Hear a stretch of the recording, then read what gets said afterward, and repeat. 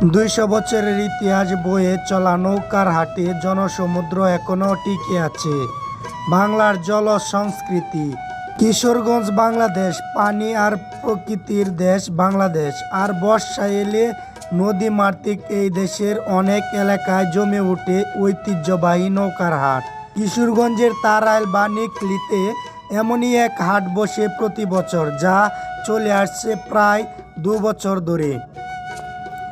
এই হাট শুধু নৌকা কেনাবেচার জন্য নয়, বরং এটি এখন হয়ে উঠেছে একটি লোক উৎসবের রূপ। প্রতি বছর বর্ষার মাঝামাঝি সময়ে, বিশেষ করে আষাঢ় শ্রাবণ পূর্ণিমা পেরিয়ে, স্থানীয় নদী ও হাওরের কূল ঘেঁষে বসে এই হাট। দেশের বিভিন্ন প্রান্ত থেকে আসেন নৌকা কারিগর, ক্রেতা এবং বিক্রেতা।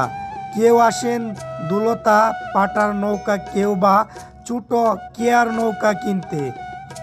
ঘাটের গ্রাম, হাতের তৈরি বাঁশের বৈঠা, পাল আর রঙিন ছাউনি, এসব মিলিয়ে যেন এক ইতিহাসের গন্ধ। হাটের বয়স্ক একজন ব্যবসায়ী বলেন, আমি আমার দাদার হাত ধরে এই হাটে এসেছিলাম ছোটবেলায়, এখন আমার নাতিরাও আসে। এটা শুধু ব্যবসা না, আমাদের পরিচয়, ইতিহাস।